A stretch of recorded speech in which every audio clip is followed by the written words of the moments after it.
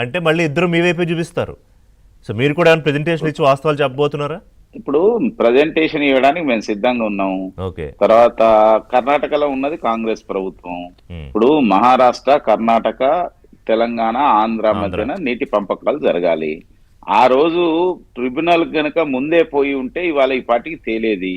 ఆ రోజు కేసీఆర్ గారు కోర్టుకు వెళ్ళి సుప్రీంకోర్టుకు వెళ్ళడం వల్ల ట్రిబ్యునల్ వేయలేకపోయింది. సుప్రీంకోర్టులో పెండింగ్లు ఉన్నప్పుడు ట్రిబ్యునల్ వేయడానికి వీల్లేదు. దాన్ని విత్డ్రా చేసుకోండి వేస్తామని అంటే కాలయాపన చేసింది. ఎందుకు ఇంతకుముందు 4 సంవత్సరాలు ఎందుకు ఆగింది అన్నారు చూడండి. అందుకోసమే ఆ తర్వాత జ్ఞానోదయం అయి చివరికి అది విత్డ్రా అంటే అసలు చేసుకున్నారు. కాదు, ఒక బాడీ ఉన్నప్పుడు, ఒక ఎపెక్స్ కమిటీ, ఒక బాడీ ఉండి కేటాయింపులు చేసే ఒక అథారిటీస్ ఉన్నప్పుడు అది కాదని అసలు కేసీఆర్ గారు ఎందుకు వెళ్ళాలి కోర్టుకి? అంటే కేంద్రం మీద నమ్మకం లేక వెళ్ళారు కదా. లేదు, ఇది మన మధ్యన ఉండడం వేరు, మిగతా స్టేట్స్ కూడా ఇందులో ఉన్నాయి కదా. ఈ ఎపెక్స్ కౌన్సిల్ అనేది అంతర్రాష్ట్రీయ మనకు సంబంధించింది. తర్వాత మిగతా యొక్క మహారాష్ట్ర, కర్ణాటక తర్వాత అవన్నీ ఉన్నాయి కదా, దానికోసం వెళ్ళిన అది కూడా ట్రిబ్యునల్ లో తేలుతుంది, కోర్టులో తేలది. అంటే అదే కోర్టు అంటున్నా, కూడా అదే ట్రిబ్యునల్ అవి కూడా చెప్పింది. తెలుస్తుంది కదా. అందుకోసం ఆయన అదే తప్పిదాల కారణంగా జరిగింది. ఒకటో తాత్కాలికంగానైనా ఏ విధంగానైనా 299 టీఎంసీకి ఒప్పుకోవడం అనేది పెద్ద బ్లండర్ మిస్టేక్. ఒకసారి అవకాశం ఇచ్చినట్టే కదా వాళ్ళకు. ఇచ్చిన తర్వాత ఇంకా వాళ్ళు ఏ విధంగా ఇచ్చేస్తారు? నీకు ఒకవైపు కృష్ణా జలాలు మనం వాడుకుంటలేము, అనేక సంవత్సరాల నుంచి అన్యాయం జరుగుతుందని చెప్పి 299కి అఫీషియల్ గా ఒప్పుకోవడం అనేది ఇది తెలంగాణ దెబ్బతీసినట్టు కదా. ఇంకొకటి, బీఆర్ఎస్ పార్టీ మేము తెలంగాణ కోసమే పుట్టినాం, తెలంగాణ కోసమే చేసినాం అంటే రాజశేఖర రెడ్డి గారి ప్రభుత్వంలో బీఆర్ఎస్ అధికారంలో ఉన్నప్పుడే పులిచింతల ప్రారంభమైంది. దాని విషయంలో ఆ రోజు ఏం జరిగిందో మీరు అవన్నీ చరిత్ర తీసి చూడండి. కాబట్టి వారన్నట్టు ఇంతకుముందు ఏదైతే పోతిరెడ్డిపాడు ద్వారా యొక్క వెడల్పైంది కూడా వీళ్ళ యొక్క టైంలోనే కాదు ప్రేమేందర్ రెడ్డి గారు. ఇప్పుడు హక్కులు అనేవి బాధ్యతలు, వాటాలు అనేవి ఏ ప్రభుత్వంలో ఒకలాగే ఉండాలి, కానీ పక్క రాష్ట్రం ప్రభుత్వం మారినప్పుడు ఒకలాగా మారిపోతే ఎట్లా కుదురుతుంది? నేను అనేది అదే. ఇప్పుడు ఈడ ఓవర్ కాన్ఫిడెన్స్ తోని కేసీఆర్ గారు నేను అంతా గోదావరి జలాలు, గోదావరిలో నీళ్లున్నాయి, ఆ గోదావరి తీసుకొస్తాం, కృష్ణా జలాల అవసరం ఏమిటి అని చెప్పి మాట్లాడి ఇదంతా చేశారు. దానివల్ల నష్టం. ఆ రోజు రోజా గారి దగ్గర పోయి చేపల పులుసు తర్వాత బేషన్లు లేవు, బేసిజాలు లేవు అని మాట్లాడిన యొక్క మాటల కారణంగానే ఇవన్నీ జరిగి. రెండోది, ఇంతకుముందు మిత్రులు చెప్పినట్టు జూరాల దగ్గర నుంచి కనుక నీరును తీసుకొని ఉంటే గ్రావిటీ ద్వారా ఇవాళ ఈ పాటికి ఎప్పుడో పాలమూరు రంగారెడ్డి పూర్తి అయ్యేది.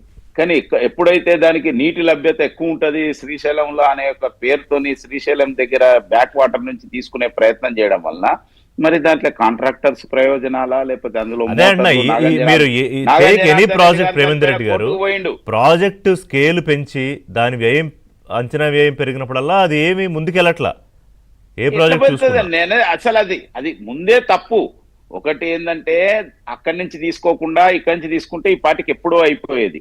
ఇక్కడి నుంచి ఏదైతే తీసుకోవడం అనే దానికోసం నువ్వు ఎక్కువ నీటిని తీసుకుంటావు అంటే ఇంకా వేరే దాన్ని ఆ తర్వాత చేసినా మంచిగా ఉండేది. ముందు జూరాల నుంచి చేసేసి తర్వాత కావాలంటే నీటి తక్కువ ఉన్నది అనుకుంటే అక్కడి నుంచి పంపు పెట్టి చేయొచ్చు.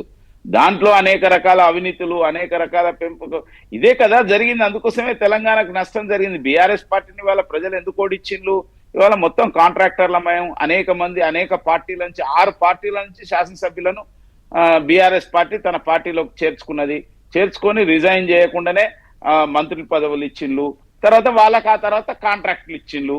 అందుకోసమే 10 ఏళ్లలో విపరీతమైన యొక్క దోపిడీ అనేది ప్రారంభమైంది. తెలంగాణ రాష్ట్రానికి నీళ్లు రాలేదు, తెలంగాణ ప్రజల యొక్క దీనికి నీళ్లు చేరుకోలేదు, కానీ కోట్ల రూపాయలు మిగతా వాళ్ళు సంపాదించుకున్నారనే యొక్క దీని కారణంగానే ఈ రోజు బీఆర్ఎస్ పార్టీకి ప్రజలు బుద్ధి చెప్పిండ్రు. అందుకోసమే ఇది చరిత్ర. ఇది కాంగ్రెస్ పార్టీ కూడా చేసిన, రాజశేఖర రెడ్డి గారి కంటే ముందు కానీ అప్పుడు కానీ కాంగ్రెస్ పార్టీ కూడా తెలంగాణ పట్ల సరైన యొక్క విధంగా ప్రాజెక్టులు పూర్తి చేయలేదని కదా. వాళ్ళు ఏం చేసిండ్రు?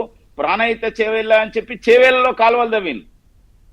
ప్రాణహిత చేవెళ్ళ అక్కడ డ్యామ్ తయారు కాలేదు, అక్కడి నుంచి మిగతా యొక్క పైప్ లైన్ ఏర్పాటు కాలేదు, కాలువలు ఏర్పాటు, కానీ చేవేళ్ళలో మొబిలైజేషన్ అడ్వాన్సెస్ తీసేసుకొని కాలువలు, ఆ కాలువలను మరి ఉపయోగించాలి. ఇప్పుడు అది కూడా చర్చకు వస్తుంది అనుకుంటా కదా. జాతి ఏదో ప్రాజెక్ట్ ప్రజల సొమ్మే కదా, రాలేదు, ఇవ్వలేదు అని.